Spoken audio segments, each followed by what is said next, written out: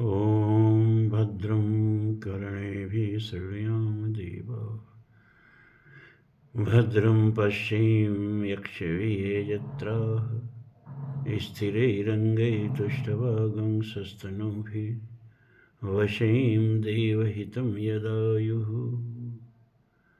ॐ स्वस्ति नः इन्द्रो वृधश्रवाः स्वस्ति नः पूषा विश्ववेदाः स्वस्ति नस्तारक्ष्यो अरिष्टनेमिः स्वस्ति नः बृहस्पतिर्दधातु। ॐ विश्वानि देवशवितुर्दुरितानि पराशुव यद्भद्रं तन्नयाशु। धर्म प्राण सत्संग प्रेमी सज्जनों, मांडुक्य उपनिषद चल रहा है जिसमें बताया गया कि ओम ही अक्षर ब्रह्म है। जो कुछ भविष्य में, जो कुछ भूत में हो चुका है, जो भविष्य वर्तमान में हो रहा है और जो भविष्य में होगा, वह ओंकार ही है। इतना ही नहीं, बल्कि इस जो कालातीत है, भूत भविष्य और वर्तमान से ऊपर है, वह भी ओंकार ही है। और ये सारा ब्रह्मांड जो है, व्हाट यू सी, जो आप देखते हो, जो नहीं भी देखते हो, जो कुछ है, चाहे वो ऊर्जा हो, चाहे द्रव्यमान हो, चाहे ऊर्जा और द्रव्यमान दोनों से अलग कोई तत्व हो तो हो, जो कुछ भी है वो सब ब्रह्म ही है। सर्वम हेतद ब्रह्म। और ये जो हमारे भीतर चेतना है ना, जो आपके भीतर चेतना है, तो मैं बोल रहा हूँ, आप सुन रहे हो, समझ रहे हो। और जिस दिन ये चेतना नहीं रहेगी, शरीर तो ज्यों का त्यों रहेगा, लेकिन न हम बोल पाएंगे, न आप सुन पाएंगे। ये जो चेतना है, जो चिद तत्व है,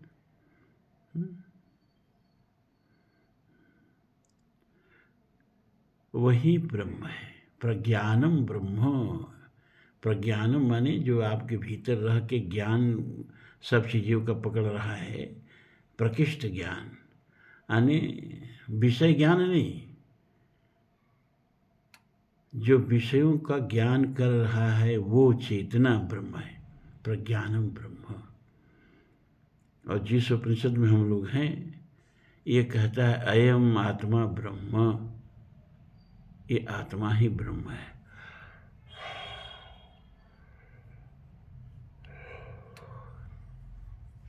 आत्मा ही ब्रह्म है। फिर कहा कि यह आत्मा जो है चतुष्पाद, 4 पादों वाला है। 4 पादों का मतलब जानवर की तरह 4 पैर नहीं, 4 आयामों वाला है। आत्मा का प्रथम आयाम क्या है? वैश्वानर, जागृत अवस्था, जागृत का विश्व, जागृत के सारे संज्ञान, जागृत के सारी समस्याएं, जागृत का सारा संबंध, सुख दुख, ये जागृत स्थान आत्मा का प्रथम पाद है। ये स्थूल भूख है, स्थूल को ग्रहण करता है। 19 मुखों वाला है, 5 ज्ञानेंद्रियां, 5 कर्मेंद्रियां, 5 प्राण और 4 अंतःकरण। इसी के माध्यम से यह संसार को, जगत को ग्रहण करता है, जगत का भोग करता है। ठीक है। और इसके बाद दूसरा स्थान जो है इस आत्मा का, वो क्या है? स्वप्नावस्था। तो स्वप्नावस्था में बस जागरण से इतना ही अंतर रहता है कि जागरण स्थूल भूख है, स्थूल का भोगता है, और स्वप्न जो है सूक्ष्म का भोगता है। वहाँ चीज़ें स्थूल नहीं होती हैं, लेकिन अनुभवजन्य होती हैं। मनस्य की स्फुरना है और पूरा संसार रच लेता है सपने में। सपने का आकाश, सपने की धरती, सपने का मकान, सपने के लोग, सपने की दुकान, एवरीथिंग।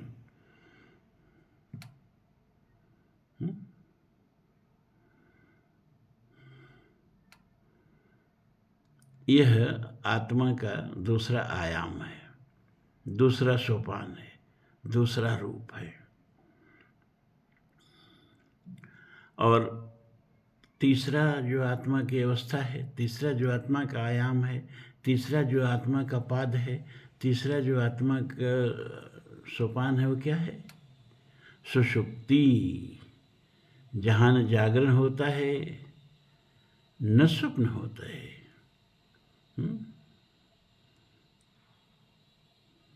दोनों नहीं रहते। तो यह सुषुप्ति क्या है भैया?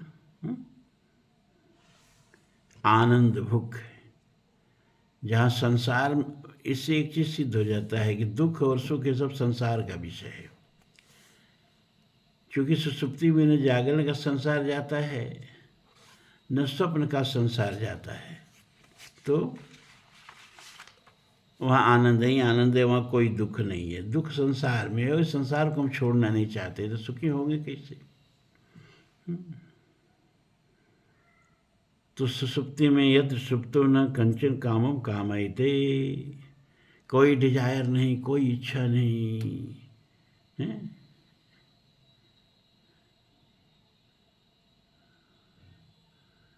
तुलसी ने एक दोहा लिखा, याद है कि नहीं है नहीं बता सकता, इस समय उठेगा नहीं उठेगा, कि तुलसी अद्भुत देवता आशा देवी नाम।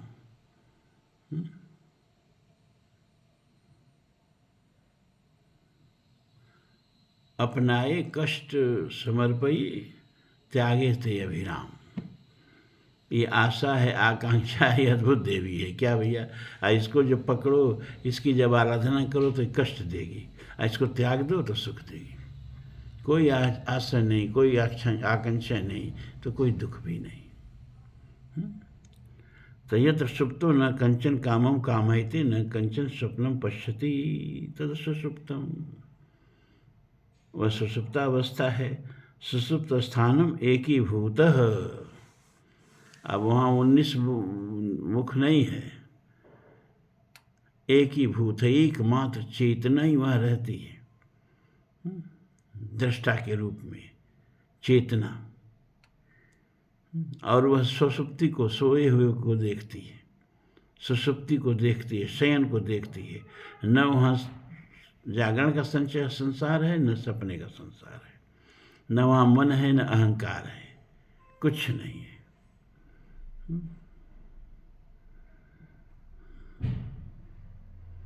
लेकिन वहाँ चेतना है, एकीभूत, केवल चेतना ही है, और वह सिर्फ सुषुप्ति को देख रही है। प्रज्ञान घन, वहाँ जितना भी जानने के साधन है सब घनीभूत हो गए हैं, सब चेतना के समा गए हैं चेतना में। और वहाँ न बहिर्प्रज्ञ है चेतना, न अंतःप्रज्ञ है चेतना, न बाहर को जान रही है न भीतर को जान रही है, एक ही मुख हो गई है। और प्रज्ञान, जानने के साधन घनीभूत हो गए हैं। एवं आनंदमयो, और वह आनंदमयी अवस्था है। न सुख है, न दुख है, न डिजायर है, न अमीरी है, न गरीबी है। बस चेतना न अमीर होती है, न गरीब होती है, न सुखी होती है, न दुखी होती है। वो तो सुख को, दुख को पकड़ती है, उससे तादात्म्य करके सुखी होती है, दुखी होती है। लेकिन सुषुप्तावस्था में केवल चेतना होती है, इसलिए वह न सुखी होती है न दुखी होती है, क्योंकि उसका स्वभाव है आनंदमय, वो हमेशा आनंद में रहती है। जहाँ कोई सुख न हो, जहाँ कोई दुख न हो, उसको आनंद कहते हैं। सुख और आनंद में अंतर है, इतना आप जान लो।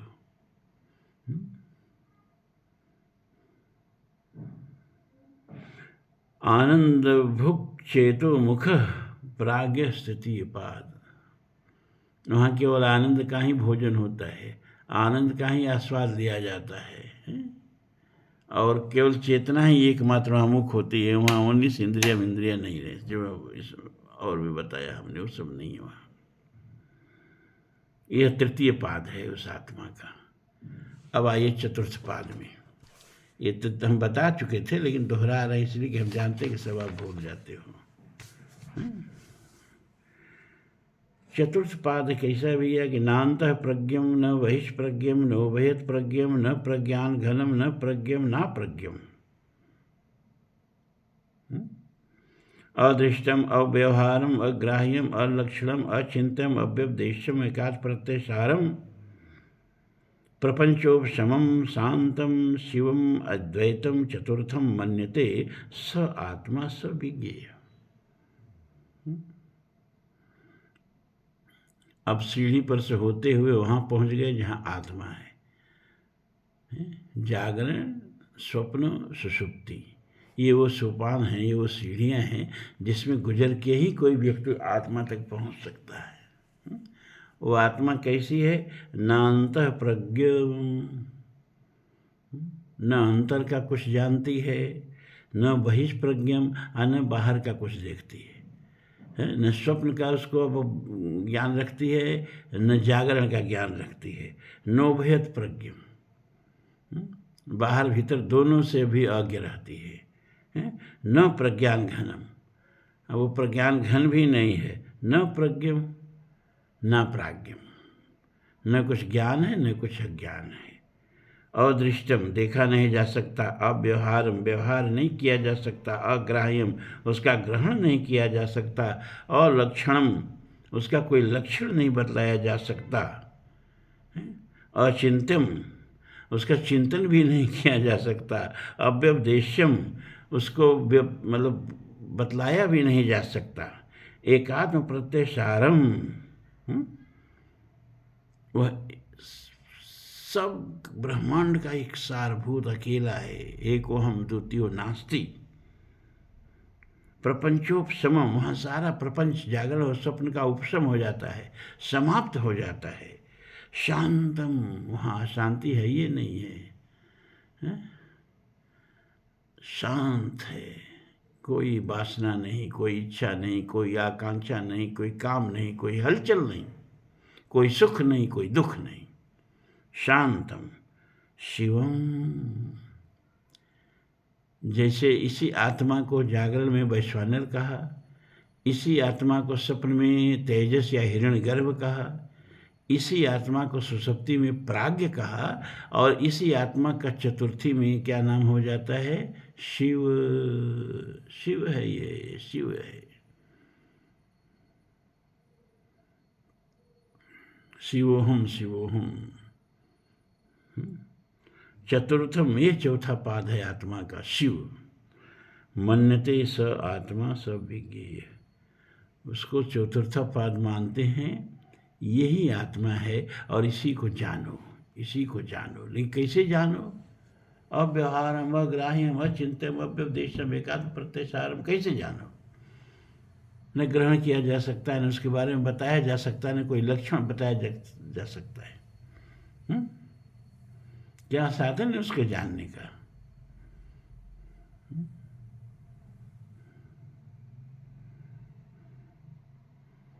उपनिषद कहता त्यागे नैके अमृतत्वमानुषु, त्याग ही एकमात्र उस अमृतत्व को चखने का साधन है, त्याग। सब त्यागते त्यागते जिसको आप न त्याग सको वही आप हो। और आप सब त्याग सकते हो, अपने को कैसे त्याग सकते हो? ये जो सबको त्याग रहा है चेतना, अब इसको कैसे त्यागोगे भाई? यही आप हो। और इसका निषेधात्मक देखिए, सब नेगेटिव ढंग से वर्णन किया गया। अदृष्टम, देख नहीं सकते। अव्यवहारम, कोई व्यवहार उसके साथ नहीं कर सकते। अग्राह्यम, पकड़ नहीं सकते उसको। और लक्षणम, कोई लक्षण नहीं बतला सकते उसका कि अरे भाई तेरी नाक ऊंची है, तेरी आँख बड़ा बड़ा है, बाल बड़ा बड़ा है, सांवला है कि गोरा है कि क्या है, कोई लक्षण नहीं बतला सकते आप। अलक्षणम, अचिंत्यम, उसका कोई चिंतन नहीं कर सकते आप। अव्यपदेश्यम, उसका उपदेश नहीं कर सकते आप। एकात्म प्रत्यसारम प्रपंचोपशमम शांतम शिवम अद्वैतम चतुर्थम मन्यते स आत्मा स विज्ञेय। तो नकारात्मक नीति नीति जही वेद निरूपा निजानंद निरपाधि अनुपा संभ विरंज विष्णु भगवाना उपजय जासवंशते नाना गुण खंड अनंत अनादि जी चिंत परमार्थवादी।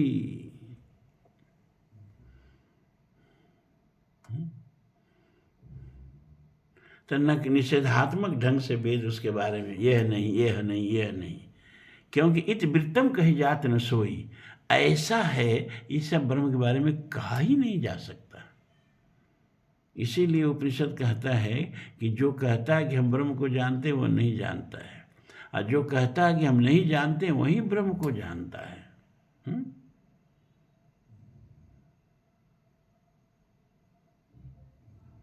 अविज्ञातुम विजानताम, विज्ञातुम अविजानताम। जो कहता है हम ब्रह्म को जानते हैं, ब्रह्म उसका जानना हुआ नहीं है। और जो कहता है भैया हम ब्रह्म को नहीं जानते, उसके बारे में नहीं बता सकते हैं, वही का ब्रह्म जाना हुआ है। क्यों? क्योंकि ब्रह्म के बारे में इद मिथ्यम, ऐसा है ये कहा ही नहीं जा सकता है। मन समेत जही जान न बानी, तर्क न सकें सकल अनुमानी।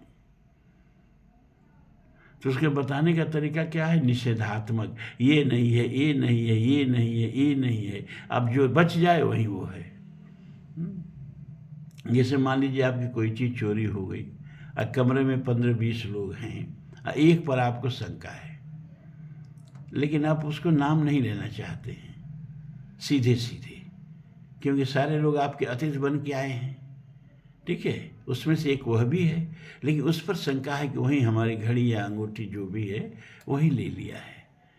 लेकिन हम सीधे सीधे अब उसको नहीं कहेंगे कि वही ले लिया है। तो कहने का तरीका क्या है? का निषेधात्मक तरीका है। निषेधात्मक क्या है?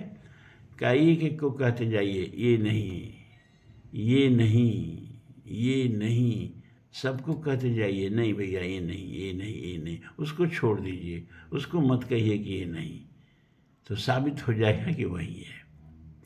नकारात्मक ढंग से ऐसे भी बताया जा सकता है। तो ब्रह्म को ऐसे ही नकारात्मक ढंग से बताया जाता है, ये नहीं, ये नहीं, ये नहीं, ये नहीं, ये सब जो है ये सब नकारात्मक ही है ना। न अंतः प्रज्ञ माने न अंतः प्रज्ञ, न बहिष्प्रज्ञम, न बहिष्प्रज्ञ है, नोभेद प्रज्ञम, न बाहर भीतर दोनों का जानकार है, न प्रज्ञान घनम, न प्रज्ञम, न प्राज्ञम। देखो न न न न, और नीचे सब अदृष्टम, अव्यवहारम, अग्राह्यम, अलक्षणम, अचिंतम, एकात् प्रत्यसारम, अपदेशम, एकात् प्रत्यसारम, प्रपंचोपशमम, शांतम शिवम अद्वैतम चतुर्थम मन्यते। दिक्कत ये है कि 3 अवस्थाओं का तो हमको अच्छी तरह ज्ञान है, चौथी अवस्था का ज्ञान ही नहीं है। जो इस जीवन का उद्देश्य है उसी का ज्ञान नहीं है। सबको हम जानते हैं, बस अपने को नहीं जानते हैं। क्यों? क्योंकि बृहदारण्यक उपनिषद कहता है कि विज्ञातार मरे केन भी जानिया। तो अरे जिससे सबको जानते हो उसको कैसे जानोगे?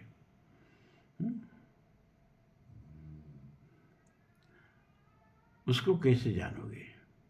आग को आग से कैसे जलाओगे? पानी को पानी से कैसे भिगाओगे?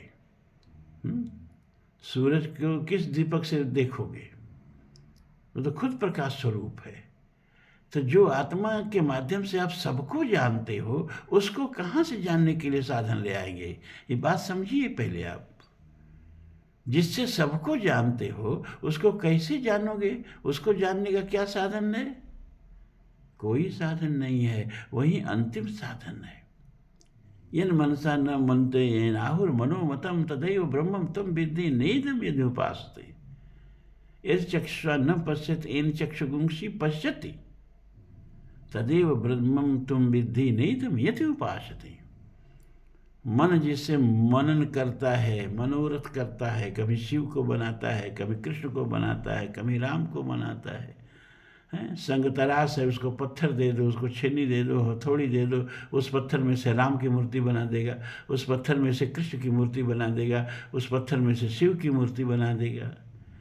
अब राम वैसे है कि नहीं है? उसके मन में राम वैसे हैं इसलिए वैसा बना दिया, उसके मन में कृष्ण ऐसे है इसलिए कृष्ण बना दिया। और उसको हम अपने मन में बिठा लेते हैं, यही राम है, यही कृष्ण है, उसकी कल्पना को अपनी कल्पना बना लेते हैं।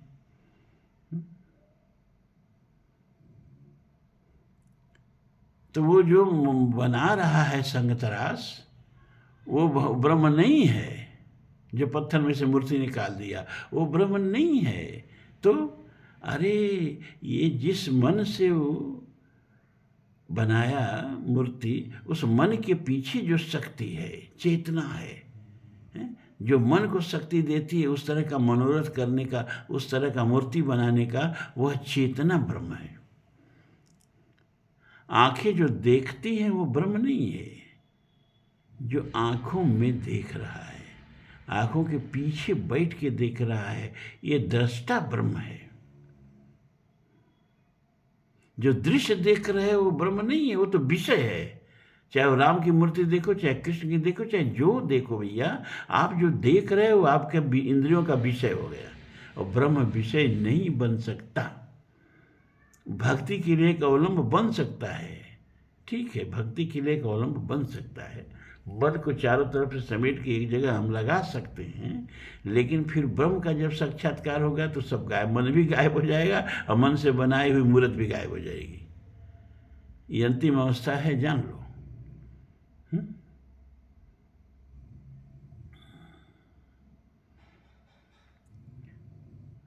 तो है न कठिन ब्रह्म के बारे में, कहत कठिन समझत कठिन साधत कठिन विवेक, हो गुणाक्षर नाय जो पुण्य प्रत्युह अनेक।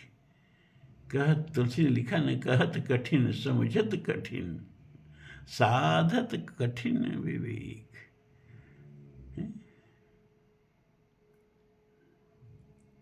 श्रवणायापि बहुभिर्यो न लभ्यो श्रीवंतो अभी बहमम यमुनो विदो। बहुतों को तो ये ब्रह्म विद्या सुनने को नहीं मिलती है। ये देश भर में इतना प्रवचन, अब चले जाओ कुंभ में, आप जाके किसी भी शिविर में, किसी भी महात्मा के शिविर में बैठ के प्रवचन सुनना और देखना कि क्या वहाँ उपनिषद में प्रवचन किया जा रहा है। नहीं, वहीं खिस्सा कहानी, नाच गाना, वहीं जाके कह तो रहे हैं कि जाओ, दुनिया भर के संत वहाँ आगे बैठे हैं, जहाँ कि किसी भी मतलब पांडाल में उपनिषद का प्रवचन हो तो हमें जरूर बताना कि देखिए यहाँ भी उपनिषद का प्रवचन हो रहा है। अब उससे बढ़ के संतों का संगम कहीं और होगा नहीं, वहाँ भी ब्रह्म विद्या की चर्चा नहीं होती है। क्यों? क्योंकि 1977 से लेके एक कुंभ भी हमारा कहीं का छूटा नहीं। हरिद्वार में भी गए थे, नासिक में गए थे, दोनों जगह मेरा प्रवचन। हरिद्वार में तो शंकराचार्य स्वरूपानंद सरस्वती जी के मंच से 1 महीना मेरा लगातार प्रवचन भी हुआ, संचालन भी करते थे। सब वक्ताओं को बुलवाने के बाद अंत में मेरा प्रवचन होता था, इसके बाद गुरुदेव का प्रवचन होता था। और माघ मेला में लगातार हम जाते थे, लेकिन सन 19 से जाना बंद कर दिए। और अब तो स्वास्थ्य ही इस लायक नहीं, अब तो गए तो फिर लौटने में शंका है भैया। अब तो जाने का कोई सवाल ही नहीं है। अब तो घर ही बैठ करके कुंभ लगाना है, कुंभ में जाने की सामर्थ्य नहीं रही। तो भैया देखो कैसे पहुंचा जाए इस तक। जागरण में जागरण का सब कुछ हम देखते हैं। लेकिन अब बात ध्यान से सुनिएगा, नहीं तो नहीं समझ में आएगा, हम बता दे रहे हैं। जागरण में जागरण का सब कुछ देखते हैं, जागरण का अनुभव करते हैं। जागरण में हमारा एक अहंकार होता है, राजा रंग, अमीर गरीब, जात पात होता है ना, जागरण के सगे संबंधी होते हैं, जागरण की समस्याएं होती है, जागरण का सुख दुख होता है। आप जगे ही हो, इस समय सब अनुभव कर ही रहे हो, देख ही रहे हो जागरण, ये जागरण का विश्व देख रहे हो। लेकिन जब आप सो जाते हो तो जागरण को भूल जाते हो। अब वहाँ जागरण नहीं है, वहाँ स्वप्न का संसार खड़ा हो गया। अगर आप जागरण में लंगड़े हैं तो सपने में दोनों पैरों से दौड़ रहे हैं। जागरण में राजा हैं तो सपने में भिखारी हो गए, और सपने में जागरण में भिखारी तो सपने में राजा हो गए। सपने होई भिखार निरुप रंग नाक पति होई, और जागे हान लाभ कश्ती में प्रपंच सब कोई। तो रोज हम जागरण को भूल जाते हैं, रोज स्वप्न में जागरण के बिना होते हैं।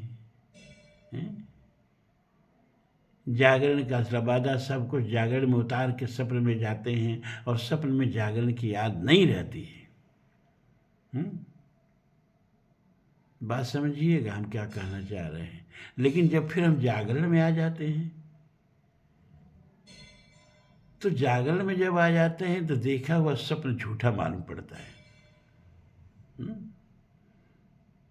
स्वप्न देखते समय स्वप्न झूठा नहीं मालूम पड़ता है। जब जागरण में हम आ जाते हैं तब स्वप्न हमको झूठा मालूम पड़ता है, और तब स्वप्न का सुख दुख सब झूठा मालूम पड़ता है। कभी कभी सुंदर स्वप्न भी आते हैं, नींद टूट जाती है तो कहते हैं यार यार जगा दिए, बड़ा सुंदर सपना देख रहे थे।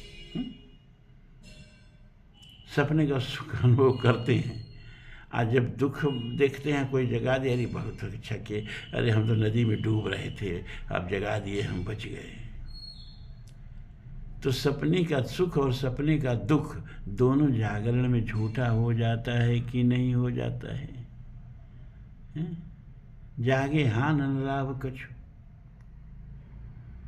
तुलसी कह रहे हैं जागरण भी वैसे ही प्रपंच है। देखो अंतर क्या है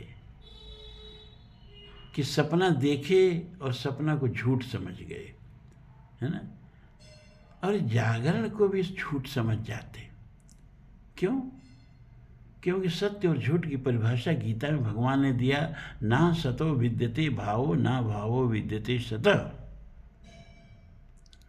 सत्य का किसी भी काल में अभाव हो नहीं सकता,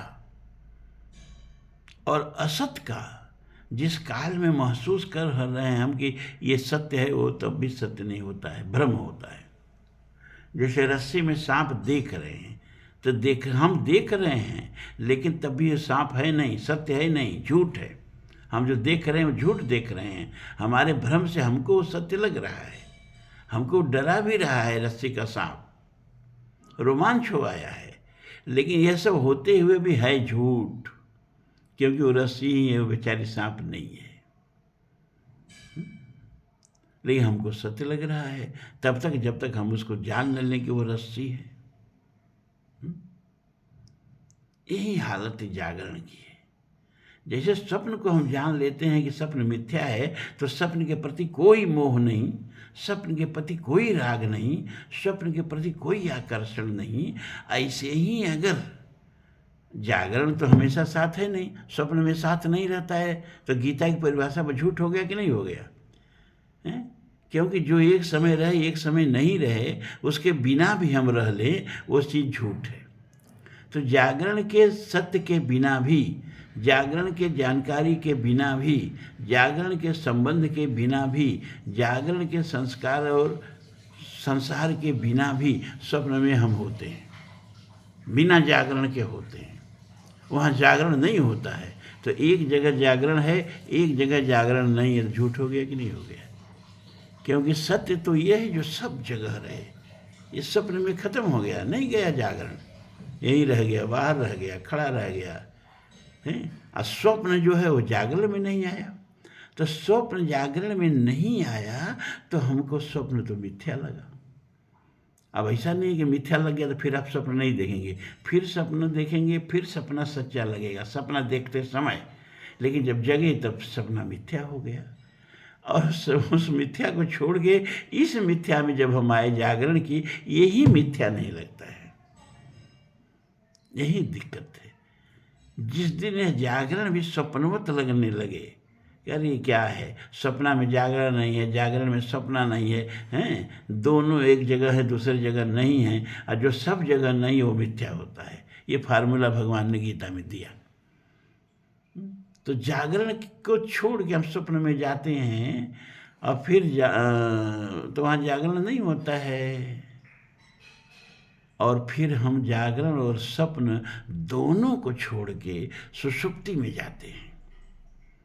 अब वहाँ दोनों झूठा हो गया, दोनों मिथ्या हो गया। अब न वहाँ जागरण है, न जागरण का सुख दुख है, न स्वप्न है, न स्वप्न का सुख दुख है। सुषुप्ति भी दोनों झूठे हो गए, दोनों मिथ्या हो गए। वहाँ क्या है कि वहाँ कोई काम नहीं है, कोई चिंता नहीं है, कोई अहंकार नहीं है, कोई द्वंद्व नहीं है। लेकिन ये अवस्था हमको रोज मिलती है अनैच्छिक। जैसे हृदय धड़क रहा है उसमें हमारा कोई बस नहीं है, जैसे रक्त परिसंचरण हो रहा है उसमें हमारा कोई बस नहीं है, जैसे उपापचय की क्रिया मेटाबॉलिज्म की क्रिया हो रही है उसमें हमारा कोई बस नहीं है, जैसे पाचन हो रहा है उसमें हमारा कोई बस नहीं है।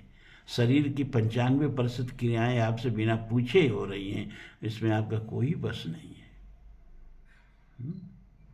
ऐसे ही निद्रा में सब कुछ संसार चला जाता है, आनंदमय अवस्था आ जाती है। लेकिन अगर यही ऐच्छिक हो तो उसी को समाधि कहेंगे, और जब अनैच्छिक हो तो उसी को निद्रा कहेंगे। हम जब चाहें तब जागरण का विषय भूल जाएं, जब चाहें तब सपने का विषय भूल जाएं, और जब चाहें तब निद्रा को भी भूल जाएं, अपने चेतन स्वरूप में समाहित हो जाए, उसको समाधि कहते हैं। लेकिन निद्रा समाधि क्यों नहीं है? क्योंकि निद्रा में भी एक ही भूत, एक ही का भोग होता है। किसका? निद्रा का। जब हम जगते हैं तो कहते हैं अरे बड़ी मीठी नींद आई, मतलब वह भी भोग है, इसीलिए समाधि नहीं है।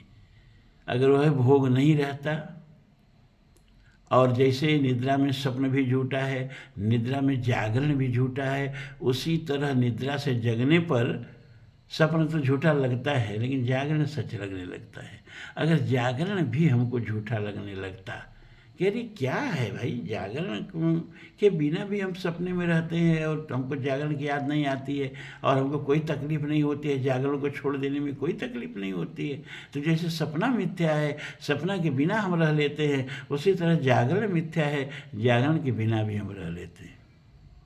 जिस दिन जागरण मिथ्या लगने लगे समझो साधना पूरी हो गई। जाने जीव तबहि जग जागा, जब उपजई सब विषय विरागा। जैसे सपने के विषय में कोई राग नहीं होता है, हम जगे व भूल जाते हैं, अरे वो सब मिथ्या था। उसी तरह जागरण का जब सारे विषय हमको मिथ्या लगने लगे, क्यों भैया?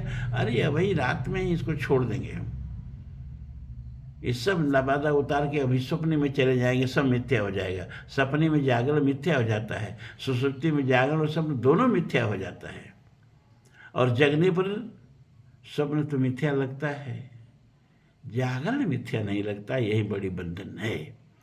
इसी बंधन को समझने के लिए, समझाने के लिए सद्गुरु की आवश्यकता पड़ती है, उपनिषद की आवश्यकता पड़ती है। लेकिन एक दिन के प्रवचन में तो नहीं होगा।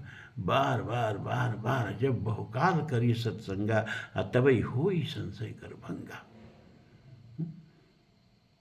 हमें चलेगा, ये इतना जल्दी खत्म होने वाला प्रकरण नहीं है। अब आज तो हमें लग रहा है आप लोगों का समय हो गया, 33-34 मिनट हो गया। बहुत लंबा बोलने से कोई फायदा नहीं है, आप जितना पचा लो उतना ही बताना चाहिए। ओम पूर्णमदः पूर्णमिदं पूर्णात् पूर्णमुदच्यते पूर्णस्य पूर्णमादाय पूर्णमेवावशिष्यते। सर्वे भवन्तु सुखिनः, सर्वे सन्तु निरामयाः, सर्वे भद्राणि पश्यन्तु, मा कश्चित् दुःखभाग् भवेत्। असतो मा सद्गमय, तमसो मा ज्योतिर्गमय, मृत्योर्मा अमृतं गमय। ओम शान्तिः शान्तिः शान्तिः। ओम।